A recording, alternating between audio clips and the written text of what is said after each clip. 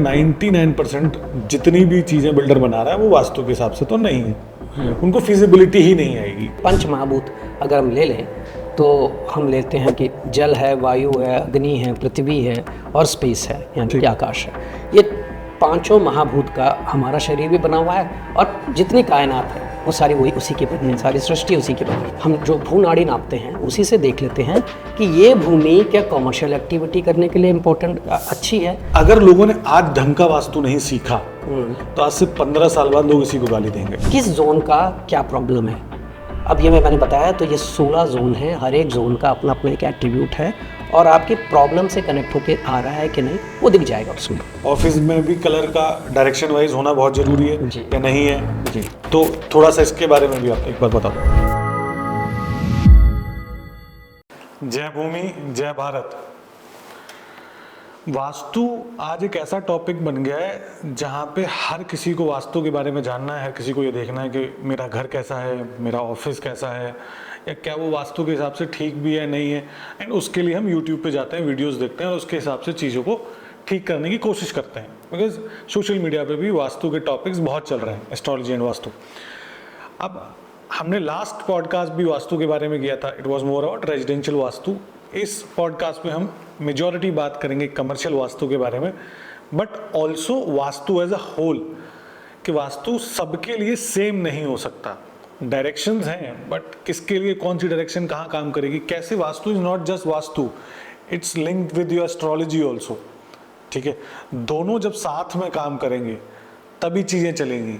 जैसे एक गाड़ी के 4 पहिए होते हैं, अगर आप साइड से खड़े हो तो आपको सिर्फ 2 पहिए दिखाई दे रहे हैं, इसका मतलब ये नहीं कि उसमें 2 पहिए नहीं है। ऐसे ही वास्तु के डिफरेंट एस्पेक्ट हैं, आज हम उसके बारे में बात करेंगे। अब इसके लिए आई नीडेड अ गेस्ट जिनको वास्तु में अच्छा खासा एक्सपीरियंस हो या उनकी फैमिली को एक अच्छा खासा एक्सपीरियंस हो।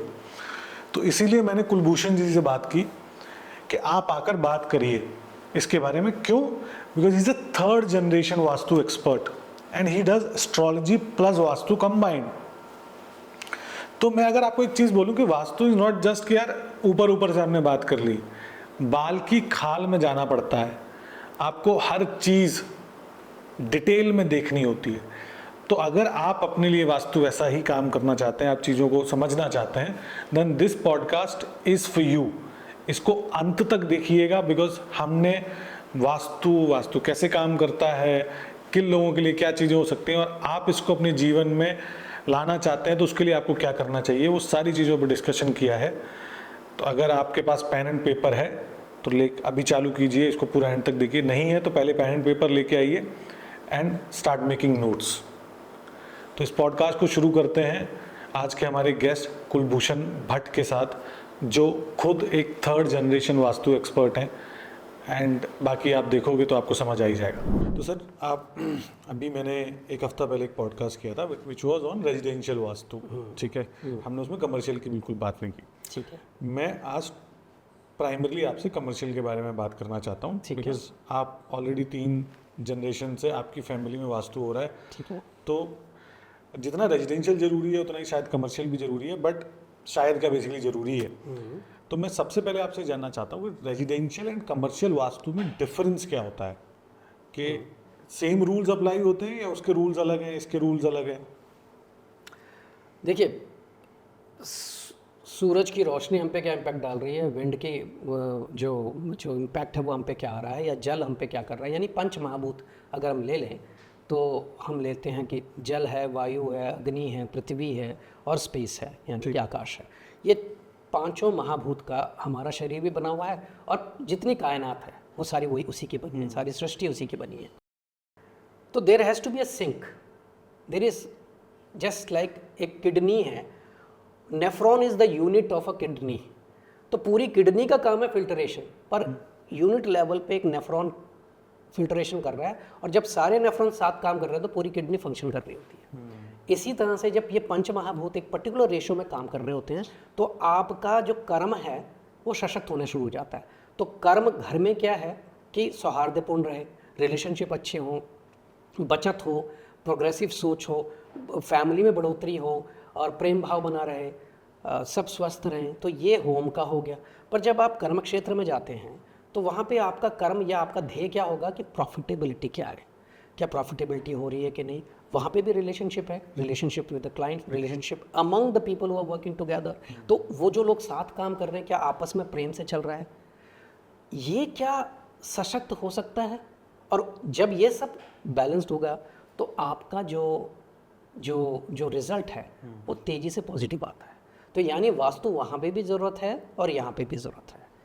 केवल ये हो जाता है कि वहाँ हम कुछ और तरीके से चीज़ों को देखेंगे, या हमारा मेन ध्येय होगा प्रॉफिटेबिलिटी। तो profit in terms of money, profit in terms of brand, क्योंकि आपकी वैल्यू बढ़े, profit in terms of good people with you, तो गुड विनिंग टीम आपके साथ रहे। तो वो profitability is the main reason for why we do that. Okay, अब नॉर्मली जब भी हम कमर्शियल की बात करते हैं तो दो तरीके से चीज़ें आती हैं। एक, पीपल टेक देयर प्लॉट्स और एक बिल्डर वाले पे जाते हैं। तो पहले भी प्लॉट्स वाले पे बात करते हैं कि अगर फॉर एग्जांपल मुझे अपना ऑफिस बनाना है और मैं एक प्लॉट लेके, कमर्शियल प्लॉट लेके उस पर कंस्ट्रक्शन करना चाहता हूँ, ठीक है, और ऑफिस बनाना चाहता हूँ, तो जैसे रेजिडेंशियल में प्लॉट की दिशा मैटर करती है वैसे ही कमर्शियल में भी मैटर करती है। और अगर मैटर करती है तो कमर्शियल के लिए कौन सी दिशा ज़्यादा बढ़िया होती है, या फिर किस तरीके का प्लॉट मुझे लेना चाहिए अपना बिजनेस स्टार्ट करने के लिए, अपना ऑफिस बनाने के लिए। इसको मैं ऐसे समझाता हूँ कि जैसे हर एक व्यक्ति का एक ध्येय है जिसके लिए वो इस संसार में आया है। कोई क्रिकेटर बनने के लिए आया था, कोई बॉक्सर बनने के लिए आया, कोई सिंगर बनने के लिए आया, कोई डॉक्टर बनने के लिए आया, ठीक है। तो उसका एक ध्येय था और उसका नैसर्गिक रुझान था उस तरफ, तो उसके लिए इजी हुई वो पढ़ाई करनी या वो प्रैक्टिस करनी। इसी तरह से ज़मीन का भी एक नैसर्गिक रुझान होता है, यानी उसकी एक नाड़ी है। हम जो भू नाड़ी नापते हैं उसी से देख लेते हैं कि ये भूमि क्या कमर्शियल एक्टिविटी करने के लिए इम्पोर्टेंट अच्छी है, या कोई लाइब्रेरी बनाने के लिए, या स्कूल बनाने के लिए, या फिर अस्पताल बनने के लिए। तो आप हॉस्पिटल बनाना चाह रहे हैं, या स्कूल बनाना चाह रहे हैं, या लाइब्रेरी बनाना चाह रहे हैं, या होटल बनाना चाह रहे हैं, ये डिपेंड करता है कि उस प्लॉट में उस भू की नाड़ी कैसी है। तो भू नाड़ी के माध्यम से हम देख लेते हैं कि हाँ ये सूटेबल है इस चीज़ के लिए। और अगर नहीं है तो फिर उसमें रेमेडीज़ करके उसको, जैसे आपकी नाड़ी नब्ज़ नापी जाती है, तो उसमें भी होता है कि अगर तेज़ चल रही है तो हम कुछ फूड हैबिट्स में चेंजेस करके उसको ठीक करते हैं, या ज़्यादा स्लो चल रही है तो कुछ और देते हैं। ऐसे ही भू नाड़ी के साथ भी करते हैं। तो पहला तो उसकी नब्ज़ देखते हैं और आप करना क्या चाहते हैं वो देखते हैं। और अगर लगा कि ये भारी इस चीज़ को दर्शाती है कि यहाँ पे वेयर हाउसेज बनने चाहिए और आप फैक्ट्री लगाना चाहते हो, तो हम मना कर देते हैं कि फैक्ट्री जो है स्लो डाउन हो जाएगी। वेयर हाउसेज में पड़ा रहता सामान, तो आपका बना हुआ सामान पड़ा रहेगा। तो ये तरीका है देखने का। उसके बाद हम आते हैं कि आपकी दिशाएं क्या हैं इस प्लॉट की। फिर प्लॉट में केवल दिशाएं नहीं देखी जाती, उसमें लीडिंग रोड्स देखी जाती हैं, इंटरसेक्शंस देखे जाते हैं, और ये भी देखा जाता है कि व्यक्ति विशेष की पत्री के हिसाब से वो प्लॉट कहाँ सूटेबल होता है कि नहीं, क्योंकि हर एक को एक दिशा सूट करती है। मैं ये कहूँगा कि इसको बहुत स्ट्रांगली कहूँगा कि पत्री के अनुसार ही वास्तु भी आपके साथ सिंक करता है। अच्छा। और मैं बार बार एक ही एग्जांपल कई जगह दे चुका हूँ कि लाल किले का वास्तु तो चेंज नहीं हुआ, पर उसमें रहने वाले सम्राटों का वास्तु प्लानिटरी पोजीशन चेंज थी। तो उनकी ज़िंदगी अलग अलग तरीके की थी, उन्होंने अलग अलग घटनाएं देखी अपनी ज़िंदगी में। तो वो जो पैटर्न है वो डिपेंड करता है कि how this vastu will sync with you, तो वो भी देखना पड़ता है। सर थोड़ा सा इसमें कुछ एग्जांपल दे सकते हो, जैसे कि कुछ बेसिक एग्जांपल्स के। अब मैं ये क्यों पूछ रहा हूँ इस पे, ये मेरा बात का सवाल था बट मैं भी पूछ लेता हूँ। हर इंसान आज की डेट में अच्छा वास्तुकार नहीं, बेसिकली वास्तु वाला नहीं है जो वास्तु कर रहा है, ठीक है। अब हर इंसान अच्छे वास्तु वाले तक पहुंच भी नहीं पाता, ठीक है। बट बेसिक चीज़ें, अगर मैं प्लॉट खरीदने जा रहा हूँ, ठीक है, तो मैं ऐसी क्या बेसिक चीज़ें देख सकता हूँ जिससे एटलीस्ट 100% नहीं तो शायद 30% या 40% चीज़ें थोड़ी ठीक रहेंगी। देखिए मैं इसमें सिंपल ये कहूँगा कि अगर आप किसी भी ज़मीन को देख रहे हैं, बहुत जो मैंने बातें बताई वो बड़े प्रोजेक्ट्स की बातें करी हैं, जैसे किसी ने बहुत बड़ा 5 स्टार होटल बनाना है या हॉस्पिटल बड़ा बनाना है, काफ़ी बड़ा इन्वेस्टमेंट करना है। पर अगर कोई छोटा ऑफिस ले रहा है या प्लॉट लेके ऑफिस बनाना चाहता है, तो वो किस तरह का काम करता है, तो और उसकी पत्री में डायरेक्शंस क्या हैं। देखिए मैं फिर बोलूँगा, ये एक जेनरिक रूल नहीं है, किसी को साउथ सूट करता ही नहीं है, किसी को साउथ बहुत अच्छा सूट करता है, किसी को नॉर्थ नहीं सूट करता, किसी को नॉर्थ अच्छा सूट करता है। अब कहेंगे कि नॉर्थ ईस्ट की डायरेक्शन बहुत अच्छी है, होती है अच्छी, पर वही डायरेक्शन जो है फैक्ट्री में आग भी लगा देती है। तो डिपेंड करता है कि आपके पत्री के अनुसार वो कैसी उसका समीकरण बैठेगा। तो अगर आप कह रहे हो जेनरिक, तो मैं वो नहीं बता पाऊंगा। जेनरिक तो आप फिर देख लीजिए कि आप ये देख लीजिए कि एकदम से सामने डिस्टर्बिंग बड़ा नाला ना बह रहा हो, या डिस्टर्बिंग कुछ और चीज़ें ना हो। अगर आप जैसे कोई रेजिडेंशियल कॉलोनी काट रहे हो, आपने जैसे डिस्कशन में हमने उस समय बात हुई थी, तो कोई डिस्टर्बिंग चीज़ें ना हो, जैसे रेलवे लाइन जा रही है या हाई टेंशन वायर जा रही है ऊपर से, ये सब चीज़ें ना हो, तो वो डिस्टर्ब करेंगी उसको। तो अगर वो नहीं है तो फिर ठीक है। मैंने ये आपसे सवाल क्यों पूछा, बिकॉज जब मैं अपनी रिसर्च कर रहा था तो मैंने भी यूट्यूब से ही रिसर्च किया है। मैं खुद तो कोई वास्तु हूँ नहीं। तो एक ना ये बहुत चीज़ चल रही है अभी इंटरनेट पे कि आप ये बता दो, कुछ ये बता दो, 4 मंत्र फूंक दो, ठीक है, सबके लिए सारी चीज़ें, क्योंकि सिर्फ डायरेक्शन पे ही बात हो रही है, कोई बढ़िया इस डायरेक्शन में ये कर दो, तो इंस्टेंट ग्रेटिफिकेशन फटाफट से कुछ मिल जाए उस पर। इसलिए मैंने आपसे सवाल पूछा कि जैसे हम पीछे भी जब बात कर रहे थे तो आपने यही बोला था कि सबके लिए सारी चीज़ें सेम नहीं हो सकती, सबके लिए अलग अलग। तो आपने जैसे भी बोला साउथ वाला, ठीक है, साउथ को लेके majority, because I am in real estate, majority of लोग नहीं होते कि यार वही कि साउथ वेस्ट में नहीं होना चाहिए, ठीक है, बट आप कह रहे हो किसी के लिए वो भी सही हो सकता है, किसी के लिए वो भी सही हो सकता तो ये किस बेसिस पे डिसाइड होता है, क्या चीज़ों पे डिसाइड होता है। है, थोड़ा सा अगर अब मैं जन्मपत्री, अब मैं जाता हूँ एस्ट्रोलॉजी के लिए, हम देखते हो तो जन्मपत्री में 12 घर हैं। तो पहले घर से उसका विजन दिखता है कि वो करने के लिए क्या है, दूसरे से देखते हैं उसका पैसा, तीसरे से देखते हैं उसका कर्म क्षेत्र यानी पुरुषार्थ, चौथे से उसका सुख जिसमें उसको मज़ा आता है करने में, पांचवें से देखते हैं उसके आइडियाज़ या आइडियोलॉजी क्या रहेंगी, छठे से देखते हैं किस तरह की सेवाएं प्रदान कर सकता है, सातवें से देखते हैं पार्टनर्स कैसे हो सकते हैं, आठवें से देखते हैं कहाँ उसको सदमा मिल सकता है, कहाँ उनको प्रॉब्लम हो सकती है, किस तरह की चीज़ों से। अगर आठवें का डायरेक्शन दे दिया तो उसको सदमा मिलेगा, तो आठवें का डायरेक्शन नहीं देना है, ठीक है। नाइन्थ का जो है उसमें होता है उसकी डेस्टिनी क्या दिखाती है, 10वां उसका कर्म क्षेत्र दिखाता है, 11वां उसका लाभ दिखाता है, 12वां उसका इन्वेस्टमेंट दिखाता है, पर उसका खर्च भी दिखाता है। तो 12वें का भी द्वार दे दिया तो भी खर्च होना शुरू हो जाएगा। तो ये चीज़ें हैं, तो इसलिए मैं कहूँगा कि you come back to the astrology. मतलब मैं ऐसा कोई जेनरिक चीज़ नहीं दे सकता कि ये लो चूरन चटनी और इस हिसाब से हो जाएगा काम, तो वो वाला काम नहीं है। ये बड़ा डिटेल्ड चीज़ें हैं और हर एक व्यक्ति को सूट उसके हिसाब से ही सूट करेंगी। मैं ये कह दूं आज तो वो तो कोट हो जाएगा, जी आपने बोला था नॉर्थ साउथ के लिए सही है तो ये सही है, वो मैं नहीं कर सकता क्योंकि ये भ्रांतियां हैं, ये भ्रांतियां हैं कि आप ऐसे ऐसे करो तो ये होगा, है ना। हाँ देखो, टी जंक्शन नहीं आना चाहिए, वो एक इम्पोर्टेंट फैक्टर होता है क्योंकि हिट आ रहा है आपके ऊपर, तो वो प्रॉब्लम करेगा। साउथ वेस्ट की तरफ नहीं होना चाहिए, साउथ वेस्ट पे भी परेशानी कर सकता है। ईस्ट साउथ ईस्ट और वेस्ट नॉर्थ वेस्ट की तरफ के अगर डायरेक्शन का प्लॉट हो गया और लंबा हो गया, काफ़ी लंबा सा आयतकार हो गया, तो उस प्लॉट में रहने वालों की या तो एक्सेसिव थिंकिंग होगी, ओके, या फिर उनको डिप्रेशन होगा। तो हम यूजुअली जब कोई अपनी कोई कॉमर्शियल या एंटरप्रेन्योरशिप करना चाह रहा है तो उस समय बहुत सारा जोश चाहिए काम को आगे बढ़ाने का। तो अगर वो इस प्लॉट में चला गया, या तो वो कहते हैं ना कि over analysis is leading to paralysis, तो वो वाली सिचुएशन में चल जाएगा। इतने ज़्यादा बोर्ड मीटिंग करते रहेंगे, इतनी ब्रेनस्टॉर्मिंग करते रहेंगे कि कुछ लेके नहीं आ पाएंगे, तो उनकी डेट ऑफ जो प्रोडक्ट लॉन्च है वह हमेशा आगे जाता जाएगा क्योंकि वो कर ही नहीं पाएंगे। तो वो ओवर थिंकिंग वहाँ हो गई है, या कुछ हो ही नहीं रहा जी, गवर्नमेंट की रेस्ट्रिक्शन आ गई है, इसका आ गया, तो सोल्यूशन ना देख के उसको देख के वो डिप्रेस हो जाएंगे, तो उस प्लॉट के लिए हम मना कर देते हैं उनको। तो ऐसी कुछ चीज़ें तो कह सकता हूँ मैं।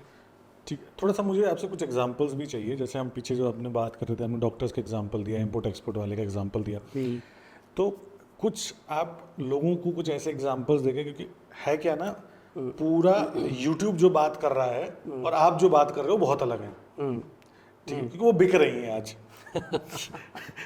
तो ठीक है, तो आज जो आप बात बोल रहे हो, because obviously I understand the science and सारी चीज़ें जो चल रही हैं, तो जब हम बात भी करें तो आपने वो समझ भी आ रहा है कि हाँ यार ये कैसे इंटरलिंक्ड है, दोनों एस्ट्रोलॉजी एंड वास्तु कैसे इंटरलिंक्ड है, बट मेजोरिटी लोग बात नहीं कर रहे हैं उसके बारे में। तो क्योंकि बातें तो सिर्फ डायरेक्शंस की हो रही हैं कि आप ये कर लो, ये कर लो, ये कर लो, 4 बढ़िया चीज़ें, और आजकल कोर्सेज भी हो गए आधे आधे के घंटे के या 4-4 दिन के कोर्सेज आ गए कि आप वास्तु वाले बन जाओगे, और लोग बन के घूम भी रहे हैं। एक्चुअली कोर्स मैंने भी ट्राई किया था बट हो नहीं पाया मुझसे, तो अपना जो कर रहे हैं वही कर लेते हैं। तो कुछ ऐसे एग्जाम्पल्स आप दे सकते हो कि हाँ, for somebody who is a doctor, उसके लिए वो चीज़ काम करेगी, but somebody who is a lawyer उसके लिए शायद वो चीज़ काम ना करे, या उल्टा लॉयर किस लिए काम कर जाए, डॉक्टर के लिए ना काम करे। चलो मैं आपने जो लॉयर, और मेरे पास एक केस स्टडी है उसी तरह की। ओके। एक लॉयर थी, यंग सी लॉयर, और वो एक उसने मकान लिया, और वो मकान रियल एस्टेट वाले ने दिया, और उसमें उसके लॉयर जो लॉ थी बहुत अच्छा प्रैक्टिस चल पड़ी। करते करते वो छोटे शहर से बड़े शहर में आ गई, और she Guru in her career big way. तो रियल एस्टेट एजेंट जो ब्रोकर था उसने ये बात फैला दी, भाई ये घर बहुत अच्छा है, परफेक्ट वास्तु वाला है, देखो यहाँ ग्रोथ कैसी है, कि वो व्यक्ति जो है छोटे शहर से बड़े शहर में जाके प्रैक्टिस करने लग गया। तो वो एक डॉक्टर साहब ने ले लिया वो मकान। अब जब डॉक्टर साहब ने लिया तो उनका अच्छा खासा रुतबा था अपने काम में, पर क्या हुआ कि धीरे धीरे ना उनको लगा कि जैसे कम हो रहा है। उन्होंने सोचा शायद यहाँ पे अभी लोगों को मालूम नहीं है ज़्यादा, शायद सोशल मीडिया में मेरी तरह वो भी ज़्यादा नहीं रहते होंगे, तो इसलिए उनको लगा कि लोग जानते नहीं हैं, या एक दो क्लिनिक और हैं, तो उनको लगा बट गया। पर धीरे धीरे आदमी जब लॉजिकल रीजनिंग से सॉल्यूशन नहीं निकलता है तो बियॉन्ड लॉजिक देखने की कोशिश करता है। तो हमारे संपर्क में आए तो हमने कहा भी ठीक है, तो हमने देखा, बातचीत करी, हमने कहा नहीं ये तो आपके लिए दिक्कत है। अच्छा, रियल एस्टेट एजेंट भी आया हुआ था उस दिन, कहता नहीं सर कैसी बातें कर रहे हो, ये तो बहुत बढ़िया है, बहुत बढ़िया है, वो देखे ना उनका ऐसा ऐसा ऐसा ऐसा हुआ वगैरह वगैरह बता दिया। तो मैंने कहा क्या उस लेडी को जुकाम रहता था या वो बार बार बीमार पड़ती थी?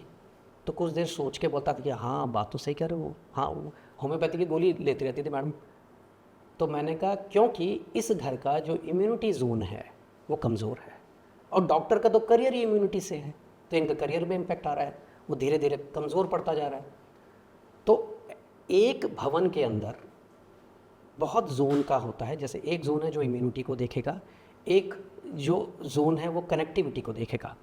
तो जो कनेक्टिविटी का जोन अगर कम है तो व्यक्ति, अगर वो कंपनी सेल्स ओरिएंटेड है तो उनका कनेक्शन ही नहीं बन पाएगा राइट काइंड ऑफ पीपल के साथ, उनकी कनेक्शन कम होने लग जाएंगे। सर मैं आपको थोड़ा सा यहाँ रोकना चाहूँगा, क्योंकि आप जो बात कर रहे हो वो मुझे अभी समझ आ रही है, बट शायद लोगों को वो समझ ना आ रही हो। तो मैं चाहता हूँ कि पहले आप ये बताओ कि ये जोन्स होते क्या हैं, ठीक है, ये किस तरीके से डिसाइड होते हैं, घर के जोन क्या होते हैं, या फिर ऑफिस के किस बेसिस पे डिसाइड होते हैं, या फिर हर ऑफिस का सेम जोन होता है या हर ऑफिस का अलग जोन होता है, क्या होता क्या एग्जैक्टली, थोड़ा सा इसको एलोबरेट करके बताओ। चलो ठीक है, जैसे मैं अपने स्टूडेंट्स को पढ़ाता हूँ वैसे बता देता हूँ कि जैसे एक प्लॉट लेते हैं तो जैसे उसमें प्लिंथ तक हम ज़मीन उठाते हैं, मतलब प्लिंथ तक जब स्ट्रक्चर उठा लेते हैं तो उसके अंदर एक वास्तु पुरुष मंडल जनरेट हो जाता है और देवता उसमें एक्टिवेट हो जाते हैं, ठीक है। उसके हिसाब से जैसे हम श्वास लेते हैं तो गोरखनाथ जी ने पूछा था कबीरदास जी से कि आपके एक बॉडी के अंदर, व्यक्ति के अंदर सार क्या है, तो उन्होंने बोला था कि श्वासा जो है वो सार है। तो ऐसे जब हम इनहेल करते हैं तो हमारी श्वास जो है फेफड़ों में ना जाके नाभि तक जाती है, और नाभि से जाने के बाद वो 9 नाड़ियों में डिवाइड होती है, और फिर फर्दर जो है 968 नाड़ियाँ हैं और 72 कोष्ठ हैं। कोष्ठ मतलब बॉक्सेस हैं, मंडल हो गया हमारी बॉडी में।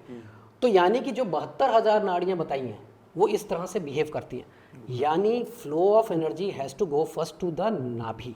तो यानी जो उसका मध्य भाग है, ब्रह्मस्थान या नाभि है, वहाँ पे एनर्जी आती है, फिर वो डिवाइड होगी पूरे उस जितना भी वो एरिया, कवर्ड एरिया बना है उसके अंदर। उसको हम डायरेक्शंस के हिसाब से 8, फिर 16, फिर 32 में डिवाइड करते हैं, और 16 जोन बन जाती है हमारे पास।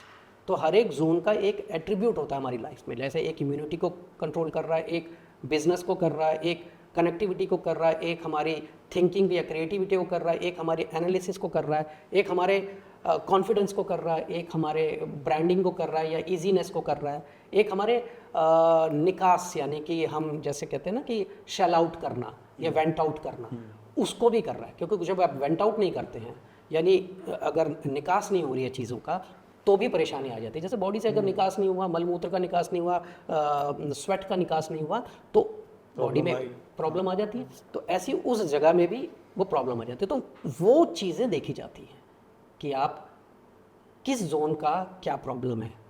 अब ये मैंने बताया, तो ये 16 जोन है, हर एक जोन का अपना अपना एक एट्रीब्यूट है, और आपकी प्रॉब्लम से कनेक्ट होके आ रहा है कि नहीं वो दिख जाएगा उसमें। और ये बनाते कैसे, जैसे आपने बोला कि एंट्री हो रही है, एग्जिट हो रही है, तो क्या ये इसका मतलब ये होता है कि हवा कहाँ से आ रही है और कहाँ निकल रही है, इस तरीके से डिसाइड होता है एंट्री एग्जिट, या फिर कोई स्पेसिफिक डायरेक्शन है कि एंट्री उधर से ही होगी, एग्जिट उधर से ही होगी? देखो, north east to south west जो है, ये मान्यता है कि जो वास्तु पुरुष मंडल है वो औंधा मुंह लेटा हुआ, मतलब फेसिंग डाउन, वो लेटा हुआ है एक पुरुष। तो सर जहाँ है वो सर है, और जहाँ पैर हैं वो उसका बॉटम हो गया। ठीक है। तो इस तरह से, और ये जो साइडवेज डायरेक्शन जो है लिम्स हो जाते हैं। इसके हिसाब से हम चीज़ों को देखते हैं। और जो 16 डायरेक्शंस हैं वो आप सेंटर से किसी भी प्लॉट के 16 डायरेक्शन को एक तरह से आप पाई चार्ट बना दीजिए। जैसे पिज़्ज़ा काटते हैं तो 16 पिज़्ज़ा पीसेस काट दीजिए, इस तरह से वो डायरेक्शन जोन बन जाएंगे। और फेस हमेशा एक ही डायरेक्शन में रहता है? वो नॉर्थ ईस्ट में ही रहेगा। नॉर्थ ईस्ट में ही रहेगा। मतलब ये फिक्स्ड है कि आप किसी भी, सो बेसिकली आप किसी भी प्लॉट के बीच में जाकर खड़े हो जाओ तो जो फेस है वो नॉर्थ ईस्ट में है। वो वास्तु पुरुष मंडल का फेस बात कर रहा हूँ, हाँ हाँ है ना, वो नॉर्थ ईस्ट में रहेगा। हाँ। और एग्जिट ऑब्वियसली उसके ऑपोजिट साइड में रहेगा, एंड वो उसके बेसिस पे आप पूरा डिसाइड कर सकते हो। उसके हिसाब से हम देखते हैं कि भाई ये वास्तु पुरुष मंडल ऐसे बैठा हुआ है तो ये एरिया बनता है। पर जो मैं जोन की बात कर रहा हूँ, वो जोन जो है 16 जोन सेंटर से लेते हैं, नाभि से उसकी। ओके। तो नाभि में जैसे प्राण आते हैं और फिर डिवाइड होते हैं बॉडी में, ऐसे ही वहाँ से हम उसको डिस्ट्रीब्यूट करते हैं 16 जोन्स में, कि ये इस तरह से इम्पैक्ट। ओके, अब इसी पे ही एक थोड़ा सा इसी में डिटेल में बात करते हैं जी। कि फॉर एग्जांपल एनर्जी यहाँ आ रही है, बीच में एनर्जी आ रही है और सब जगह डिस्ट्रीब्यूट हो रही है। जी। अब मैं अपना एग्जांपल लेके चलता हूँ। मेरा काम है सेल्स का, ठीक है। मैं सेल्स का काम करता हूँ, तो क्या मेरी जो टीम है, फॉर एग्जांपल एक सेल्स की टीम है, एक एडमिन की टीम है, एक अकाउंट्स का डिपार्टमेंट है, एक जगह जहाँ मैं अपनी तिजोरी रखता हूँ, एक जहाँ मैं खुद बैठता हूँ, एक जहाँ मेरे कंसल्टेंट्स बैठते हैं, ये सब इस एनर्जी के हिसाब से बैठने चाहिए, कोई भी कहीं भी बैठना चाहिए? बिल्कुल ठीक है। थोड़ा सा इसको थोड़ा सा और बता दो। ये एकदम बहुत डिटेल में हो जाएगा, ये तो क्लाइंट का सोल्यूशन देता हूँ मैं इसको। देखिए, मैं मेरा सोल्यूशन हो जाएगा। हाँ, मैं बता देता हूँ। देखिए, सेल्स वालों का काम है किसी भी प्रोडक्ट को बायर तक पहुँचाना, तो they should be good in connectivity. तो हमारा जो कनेक्शन का जोन है, जो कनेक्टिविटी का जोन है, हम उस पर बैठाएंगे उन्हें, सो दैट दे बिकम, वो फ्लो उनका सीमलेस हो जाए काम करने का। और कौन सी डायरेक्शन होती है? वो ईस्ट की तरफ हो गई है। तो अगर ईस्टर्न जोन पे बैठे हैं तो आप कनेक्ट हो रहे हैं राइट काइंड ऑफ क्लाइंट के साथ। आप गलत क्लाइंट के साथ अपना टाइम नहीं बर्बाद करें। पता लगा 2 घंटे 3-4 बार आप वहाँ पे होके आगे सेल्स वाले, और वो कन्वर्ट ही नहीं हो पाया, तो क्लाइंट ही गलत, मतलब ठीक नहीं था। गलत इन द सेंस कि उसका बाइंग कैपेसिटी ये है, आप प्रोडक्ट इतना बड़ा लेके जा रहे हो तो कैसे खरीद? सही बात है। या आपके पास प्रोडक्ट इतना सा, उसकी बाइंग ये, वो कहेगा यार जाओ, आपसे बात ही नहीं करनी, आपके पास सामान ही नहीं है जो हो चुका है मेरे साथ, है ना। तो ये डिपेंड करता है कि आप राइट क्लाइंट के साथ पहुंचोगे कि नहीं। तो ईस्टर्न साइड पे आप अपने सेल्स वालों को बैठा दो, तो आपका जो है सामान बिकना शुरू हो जाएगा, क्योंकि वो राइट क्लाइंट के साथ कनेक्ट कर लेंगे। अब क्या है, अपॉर्चुनिटी आ रही है कि भी, तो ये डिपेंड करता है कि आपका प्रॉब्लम क्या है। क्योंकि जब भी कोई मेरे से वास्तु कराने के लिए आता है, मैं पूछता हूँ कि करा क्यों रहे हो, कोई रीज़न है, कोई प्रॉब्लम है? प्रॉब्लम तो नहीं, बस सिचुएशन है कोई आपकी, उसको सॉल्व करना है, या कोई डिज़ायर है। क्योंकि आपकी अगर कोई डिज़ायर ही नहीं है, जैसे कोई कहता है ना कि भाई मुझे 10x करना है अपने को, कोई कहता है मुझे ब्रांड बड़ा करना है, कोई कहता है कि भाई मेरा जो है IPO निकालने हैं तो मुझे उस हिसाब से बड़ा होना है, या मुझे स्टाफ नहीं रुक रहा है तो उसका करना है। तो हर एक प्रॉब्लम का एक सोल्यूशन आता है। ओके। अब जैसे आपने बताया कि सेल्स टीम का, तो बाकी भी बात कर ही लेते हैं कि तो जैसे अकाउंट्स वाला है, अब अकाउंट्स वाला क्या करता है, वो फिगर्स के साथ काम करेगा। उसको एनालिसिस करना है कि भाई कितना हमारा प्रॉफिट में गया, कितना लॉस में गया। अगर आपने उसको बैठा दिया नॉर्थ ईस्ट की डायरेक्शन में, तो हर बार उसके अकाउंट्स जो है ख़राब होते रहेंगे, क्योंकि वहाँ उसका दिमाग नॉर्थ ईस्ट है क्रिएटिविटी के, वो अपनी क्रिएशन करता रहेगा उसके अंदर। ठीक है, तो आप कहोगे यार तूने ये खर्चा क्यों नहीं लिखा, वो कहेगा हाँ मैं लिख तो रहा था। फिर वो आपको ज्ञान भी दे देगा। आप उसको बुलाना, आप देख लेना, मेरे पास केस स्टडीज हैं ऐसी, तो वो उल्टा ज्ञान देगा, नहीं सर वो उसको ऐसे भी रख सकते हैं, हम ऐसे भी कर सकते हैं, वैसे भी कर सकते हैं। उसको आपने बैठाना है जहाँ पे एनालिसिस का जोन है, जो कि ईस्ट ऑफ साउथ ईस्ट है। अगर आप वहाँ बैठेगा तो उसको मालूम है मुझे क्या करना है, उसी काम में रहेगा, फिर इधर उधर नहीं जाएगा। अब उसके बाद अगर हम जैसे सबसे इम्पोर्टेंट एक और चीज़ होती है रियल एस्टेट में, वो होता है रिसर्च टीम। ठीक, लोग नहीं मानते उसको कि रिसर्च के नाम पे, बट रिसर्च टीम का काम बहुत इंपॉर्टेंट होता है। तो रिसर्च टीम को कहाँ बैठाना चाहिए? देखो, आपकी रिसर्च टीम करेगी क्या, क्या काम है उसका? उसका काम है कौन सी, मतलब गवर्नमेंट की कौन सी चीज़ कहाँ आने वाली है, कौन सा रोड कहाँ से निकलेगा, गवर्नमेंट अभी कहाँ चल रहा है, क्या क्या चीज़ें हैं, सो अंदर की चीज़ें जिसके बेसिस पे हम प्रेडिक्ट कर पाएँ कि भाई ये प्रॉपर्टी तो चलेगी या अंदर नहीं की चलेगी। चीज़ रखने के लिए उसके अंदर एक कैलिबर या एबिलिटी होनी चाहिए जो वहाँ तक पहुँचे, वो अंदर तक या तो उसके कनेक्ट हो या वो उस तरह का उसका नॉलेज हो, पहले से पढ़ाई करी भी हो। तो इसका मतलब उसको वेस्ट ऑफ साउथ वेस्ट में बैठना चाहिए, ओके, जहाँ पे टीम स्किल्ड कहेंगे जिसे, जो इम्पोर्टेंट हो जाता है, उसको वहाँ होना चाहिए। या अगर उसके पास डाटा आया हुआ है, डाटा आप प्रोक्योर कर रहे हो और उसके बेसिस पे उसको ये बताना है कि जी ये डाटा फ्लो करके ये रिजल्ट हम प्रिडिक्ट कर सकते हैं कि ऐसे जा रही है ये चीज़ें, तो फिर आप उसको ईस्ट ऑफ साउथ ईस्ट बैठाओ। ओके, तो ये डिपेंड करता है ना कि प्रॉब्लम क्या है, फिर उसके हिसाब से सॉल्यूशन देते हैं। ओके। एंड एक और में आता है कि यार अपनी तिजोरी किस साइड रखनी चाहिए? तिजोरी आप वेस्ट ऑफ साउथ वेस्ट रखो। वेस्ट और साउथ वेस्ट? हाँ, क्योंकि वो जोन जो है वो आपका लर्निंग और सेविंग्स की है। ओके, तो आपकी जो सेविंग है वहाँ पे बढ़ोतरी ले, इसलिए वहाँ पे आप अपना वहाँ पे वो रख सकते हैं तिजोरी। ठीक है। एंड जो ओनर है, ठीक है, अगर एक ओनर है तो कौन किस साइड बैठना चाहिए? दो ओनर है तो कैसे बैठना चाहिए? ये भी चेंज हो जाता है। नहीं, बहुत अच्छा क्वेश्चन है। अब दोनों ओनर हैं, दोनों एक जैसा काम तो कर नहीं रहे होंगे। अब दोनों का काम अलग होगा। एक हो सकता है सेल्स ओरिएंटेड काम करता हो, एक होता फाइनेंस को देख रहा हो। तो फाइनेंस वाली जहाँ पे डायरेक्शन है तो उसको वहाँ मतलब उसके साउथ ईस्ट हो सकता है, साउथ ईस्ट हो सकती है उसकी डायरेक्शन। ठीक है। पर जो सेल्स से है, जो बिजनेस डेवलपमेंट में, या उसको नॉर्थ में बैठा सकते हैं या उसको ईस्ट में बैठा सकते हैं। ये डिपेंड करेगा कि उस पार्टनर का काम क्या है, काम क्या है, उसके बेसिस पे कर लेंगे। ठीक है। तो अब जैसे हम जब ये सारी बात कर ही रहे हैं तो इसमें एक और चीज़ बात कर लेते हैं कि नॉर्मली होता क्या है जब ऑफिस, आजकल एक बहुत चल रहा है कि लोग ना ऑफिस के साथ साथ घर में ही ऑफिस, जैसे हमने भी ये जो मैं आपसे बात कर भी रहा था कि ऑफिस में घर में ही अपना स्टूडियो अगर रखा है जी, ऐसे लोगों को फिर क्या करना चाहिए? मतलब उनका वास्तु किस बेसिस पे डिसाइड होता है? क्योंकि वो तो घर भी सेम है, ऑफिस भी सेम ही जगह, धंधा भी सेम जगह चला रहे हैं। बिल्कुल ठीक। ठीक है, तो फिर वहाँ क्या करना चाहिए? देखो, मैंने जैसे पहले बताया कि किसी भी स्पेस में हम 16 जोन बना देते हैं। तो एक जोन जो होगा वो आपका कर्म का जोन होगा।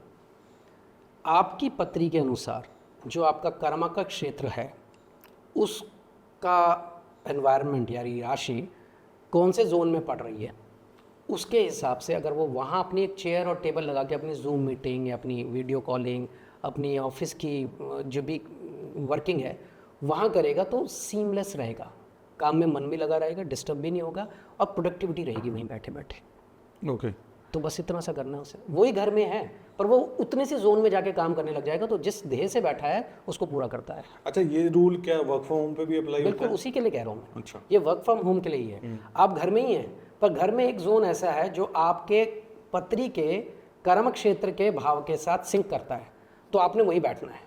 उस राशि की डायरेक्शन पे आपने वहाँ बैठ जाना है, वहाँ आपकी सीट लगा दीजिए। आप सीमलेस काम करोगे, प्रोडक्टिविटी भी अच्छी करोगे, घर से ही इतना अच्छा कर लोगे।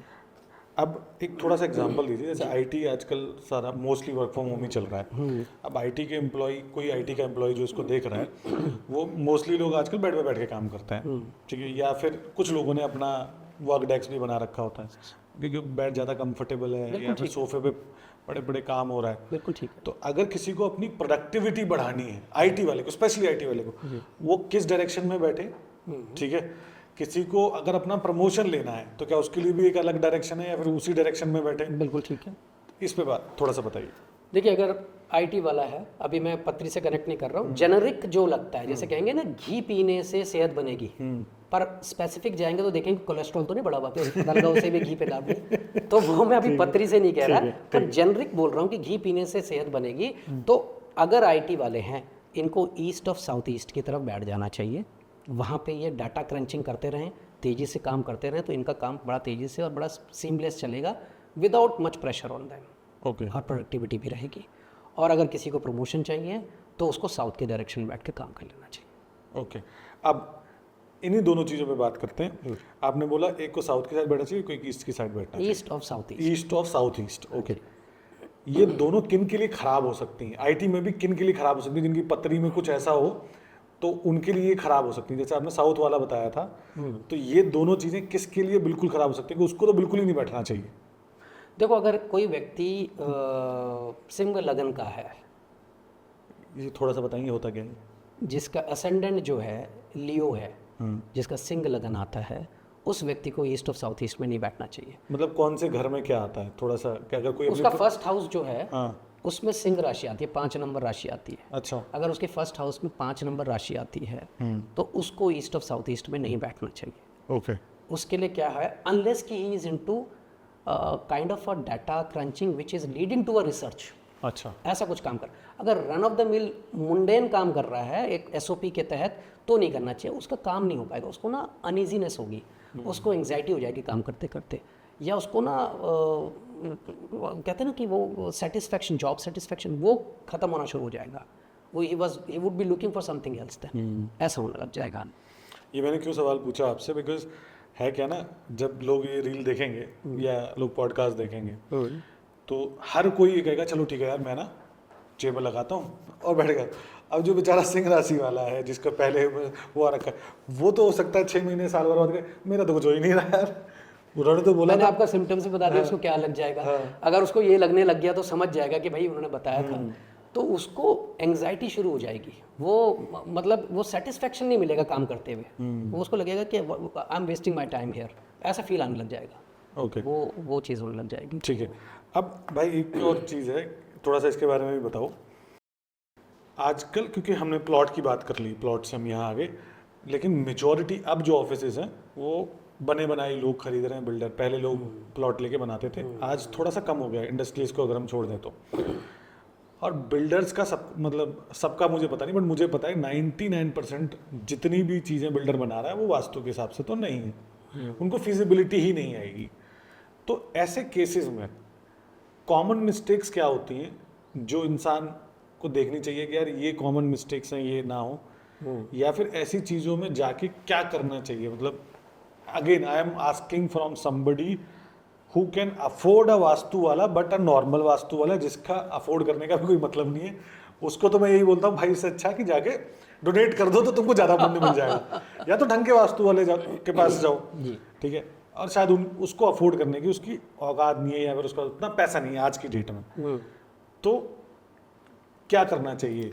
देखिए मैं 2-3 चीज़ दिखाऊंगा। पहली बात तो जो भी बिल्डर्स हैं और जो कमर्शियल स्पेसेस बनाते हैं, उनका एक ही ध्येय होता है जब हमारे पास आते हैं वास्तु कराने के लिए, तो उनका एक ध्येय होता है कि साथ, और जैसे मैंने कहा कि profitability is what I would like to give to my client. तो उसकी प्रॉफिटेबिलिटी उसको बेचने में है, वो कैसे बना है और उसको कौन बरतेगा, उसके लिए वो क्या रिजल्ट देगा, ही is not concern about it. तो मेरे लिए भी वही क्लाइंट है, तो जब तक वो सामान उसका बिका नहीं हो, वो तब तक वो वास्तु वैसे ही लगा के करते हैं हम, और उस हिसाब से देख लेते हैं। पर विद इन द बिल्डिंग जो व्यक्ति ले रहा है एक स्पेस, एक फ्लोर ले रहा है, तो उसको ये देखना है कि नॉर्थ ईस्ट की तरफ कोई टॉयलेट तो नहीं आ रहा है। ओके बाथरूम, टॉयलेट या पेंट्री, वहाँ पेंट्री को भी बैलेंस किया जा सकता है पर टॉयलेट नहीं आना चाहिए। पेंट्री अगर आ रही है या टॉयलेट आता है और वो बैलेंस नहीं हो कर रखा, वास्तु नहीं कराया उसका, तो फिर क्या होगा कि विद इन दी वर्कर्स सौहार्द खत्म हो जाएगा, पॉलिटिक्स ज़्यादा चलनी शुरू हो जाएगी, वो उसको खींचेगा, ये इसको खींचेगा, तो प्रोडक्टिविटी विल गो डाउन। लोग कंपनी का नहीं सोचेंगे, अपने नंबर बनाने के जो होता है ना, जैसे वही पॉलिटिक्स चलती रहेगी वहाँ पे। एक दूसरा, मालिक कुछ भी करता रहे पर वो ना खुश नहीं होगा स्टाफ, मुझे लगा कि यार हमसे तो ज़्यादा काम कराते हैं। You understand what I mean to say? ये चीज़ होना शुरू हो जाएगा। और जहाँ मालिक का कोई नुकसान हुआ वो थोड़े छोड़ के चले जाएंगे नहीं, तो ये वर्कर खुश होते हैं, चलो अच्छा। हो गया नुकसान। इसलिए बहुत ध्यान रखना है कि नॉर्थ ईस्ट का टॉयलेट नहीं होना चाहिए। ओके अब मैं इसी पे एक और मैं बात करना चाह रहा हूँ कि क्योंकि जब ऑब्वियसली जैसे आपने बोला कि जब आप बिल्डर को एडवाइस करते हो तो बिल्डर को बिल्डर के प्रॉफिट के लिए एडवाइस करते हो, दूसरे वाले को दूसरे के प्रॉफिट से एडवाइस करते हो।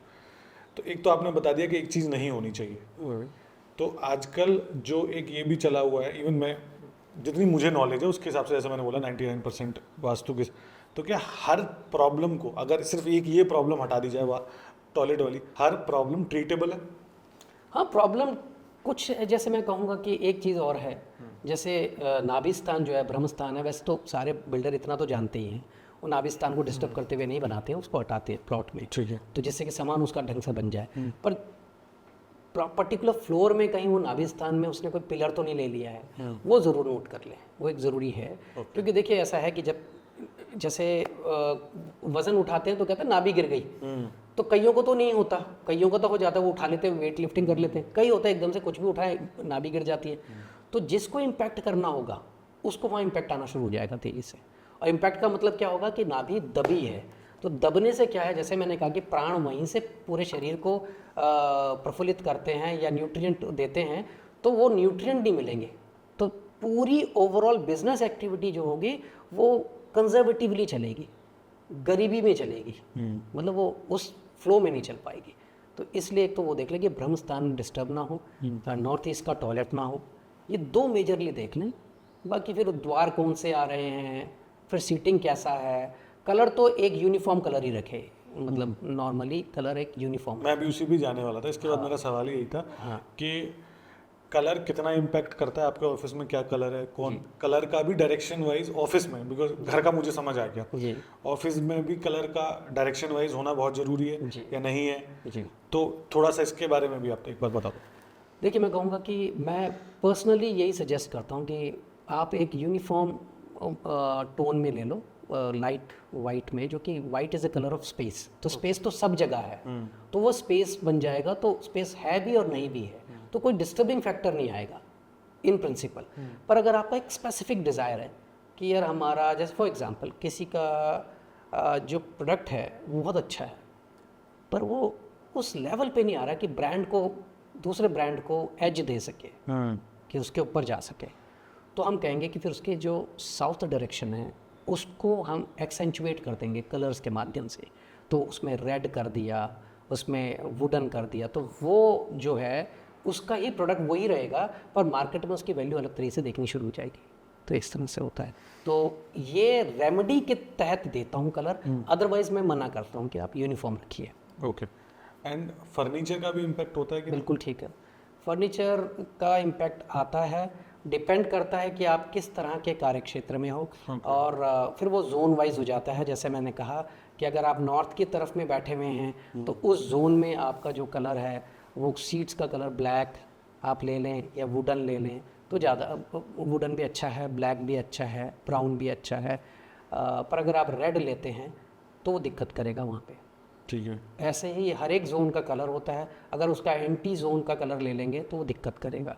ईस्ट का जैसे ग्रीन है, टुर्क्वाज है, ब्लू के उसमें ले सकते हैं, अगर वाइट बना दी, ग्रे बना दी सीट्स तो वो दिक्कत कर जाएगी उसको। इसका कोई कलर चार्ट होता है क्या, मतलब कोई हाँ, बना मतलब ये कलर है, ये कलर चार्ट मिल जाएगा मेरे ख्याल से आपको सोशल हाँ, मीडिया तो मैं एक्चुअली वो डाल भी दूंगा ना, तो लोगों को वो समझ भी आ मीडिया में आ जाएगा, कोई दिक्कत नहीं है, कलर चार्ट होता है। ठीक है। अब मेरा एक और चीज़ है कि जब हम कोई भी बेसिकली मैं ऑफिस बना रहा हूँ या मतलब सबके, जैसे आपने बोला सबके हिसाब से चीज़ें होती हैं, बट कुछ डिपार्टमेंट सब में सेम होते हैं। जैसे सेल्स डिपार्टमेंट है, मोस्टली हर ऑर्गेनाइजेशन में सेल्स डिपार्टमेंट होता है, अकाउंट्स डिपार्टमेंट हर उस किसी में होता ही है, ये दोनों डिपार्टमेंट। तो इन दोनों की सिटिंग, अगर मैं चाहे डॉक्टर हूँ, चाहे मैं लॉयर हूँ, या फिर मैं सेल्स का काम करता हूँ, मैं रियल एस्टेट का काम करता हूँ, या मैं IT का काम करता हूँ, तो सबका सेम हो सकता है, या फिर उसमें भी डिपेंडिंग ऑन जो फाउंडर्स हैं उनकी एस्ट्रोलॉजी के हिसाब से वो सेटिंग चेंज हो जाएगी उनके उन दो डिपार्टमेंट्स की भी? देखिए, अगर आप बहुत महीन तरीके से करना चाहेंगे तो ऑब्वियसली देखो, खाना बनाने का मतलब होता है दाल उबालो और उस पर नमक मिर्च डालो, तो वो भी खाना ही है, दाल आ गई। और एक होता है कि आप जाओ और उसको देगची में पका रहे हैं और स्टीम दे के कर रहे हैं और स्लो कुकिंग हो रही है, उसका स्वाद अलग आएगा। तो आपकी लाइफ में ऑपुलेंस कितना आए वो डिपेंड करेगा आप कितने महीन जा रहे हैं, फिर वो पत्रियों के हिसाब से सिचुएशन सीटिंग बनाए। वरना मेजरली क्या है, अगर जैसे आपने लॉयर का नाम लिया, डॉक्टर का नाम लिया, ये स्किल्ड का काम करने वाले लोगों का है, इनकी स्किल बिकती है, इनके पास प्रोडक्ट स्किल का है। तो स्किल की जोन है साउथ वेस्ट, वो अगर स्ट्रॉन्ग नहीं है और अच्छी नहीं है, वहाँ नहीं बैठ रहे वो, तो फिर वो बेच नहीं पाएंगे अपने आप को। मार्केटिंग वाले चाहे कितने बैठा लें पर नहीं बेच पाएंगे। तो मार्केटिंग वालों का काम क्या है कि उनका कनेक्टिंग होना है, कनेक्ट करना है। तो जरूरी नहीं कि वो जाके लोगों से कनेक्ट हो सकता है वहाँ सोशल मीडिया मार्केटिंग भी कर रहे हैं वहाँ बैठ के, तो वहीं से कनेक्ट हो रहा है, तो ईस्ट की तरफ बैठ के कर ले, तो ऐसा है। तो हर एक मतलब डिपार्टमेंट को हम कोशिश करते हैं कि बैलेंस करके बैठा सके। और फिर ये भी देखा जाता है कि जब मैंने कहा कि महीन तरीके से जाएंगे तो किस राशि में क्या है और क्या उसको दशाएं लग रही हैं, तो कहाँ बैठना चाहिए, तो उसके जो कर्म क्षेत्र को सशक्त कर देंगे, यानी कि प्रोडक्टिविटी बढ़ जाएगी उसकी। तो समय तो सभी के पास 24 घंटे होते हैं, पर 24 घंटे में 48 घंटे का काम कर सकें, इस तरह का कुछ मतलब प्रोपेल कर सकते हैं। ओके, थोड़ा सा मैं ऑफ ट्रैक जा रहा हूँ अभी। आपने सोशल मीडिया का नाम लिया, आप सोशल मीडिया पे क्यों नहीं हो? आज सारे वास्तु वाले हैं, हाँ, सब अपना ज्ञान बांट रहे हैं, सब सारी चीज़ें कर रहे हैं, आप क्यों नहीं? मेरे ख्याल से मेरा ना अपना एक मेरा thought process was always influenced by my दादाजी। तो वो हमेशा से ये कहते थे कि ये देव विद्या है और इसको नॉर्मली बेचना नहीं चाहिए, पुश नहीं करना चाहिए। जिसका समय आएगा, the destiny reveals itself when it is destined to get revealed. तो जिसका समय आएगा वो अपने आप आपके पास आएगा, क्योंकि हम सब किसी एक प्रोग्राम के तहत चल रहे हैं, और जब ईश्वर चाहेगा तो वो आपसे मिलेगा, आपसे बात करेगा, बैठेगा, आपसे सोल्यूशन लेगा। तो आप पुश मत करो कि मेरे से वास्तु करा ले, मेरे से एस्ट्रोलॉजी करा लो। मुझे ये लगा कि ये जो रील्स हैं, with due respect to all those people who are doing it, it is more like pushing themselves कि मेरे से आप ये खरीद लो सामान। और जब जिसकी किस्मत में नहीं है तो वो खरीद भी लेगा तो उसको कोई फ़ायदा नहीं होगा, क्योंकि अभी उसका समय नहीं है। समय नहीं आया। तो इसलिए मैं थोड़ा सा रेस्ट्रिक्टिव था। ऑल्दो ये जितने मेरे टीम वाले हैं, मेरे जितने आचार्य की जितनी भी टीम है, ये सब पुश करते हैं मुझे कि why don't you come online. आज आपके साथ भी बात की, ये मेरा आपके प्रति स्नेह है कि आपने बोला, मैंने कहा चलो बैठते हैं अब बात करते हैं। क्यों? बिकॉज जितनी भी मैंने आपसे बात की है, I agree to this point. मतलब ये जो आपने बोला ना कि टाइम आएगा तभी वो बंदा आएगा, मैं बहुत टाइम से सोच रहा था इन चीज़ों के बारे में। मैं बहुत टाइम से, मतलब जैसे मैंने आपको बताया भी कि मैं इन सब चीज़ों में नहीं मानता था। कुछ चीज़ें हुई तो अपने आप वो चीज़ आ गई, उसके बाद वो चीज़ें ठीक होने लग गई। तो इसमें मैं भी मानता हूँ, आज तो मैं 100% मानता हूँ कि बिना टाइम आए आप सही जगह पहुँच ही नहीं सकते। बिल्कुल ठीक। तो मैं इस पॉडकास्ट में विराम भी इसी बात पे लगाना चाहूँगा, बिकॉज मेरे पास सवाल बहुत हैं, लिख रखे हैं मैंने कि मैं इस पॉडकास्ट में 50 टोटके बता दूँ।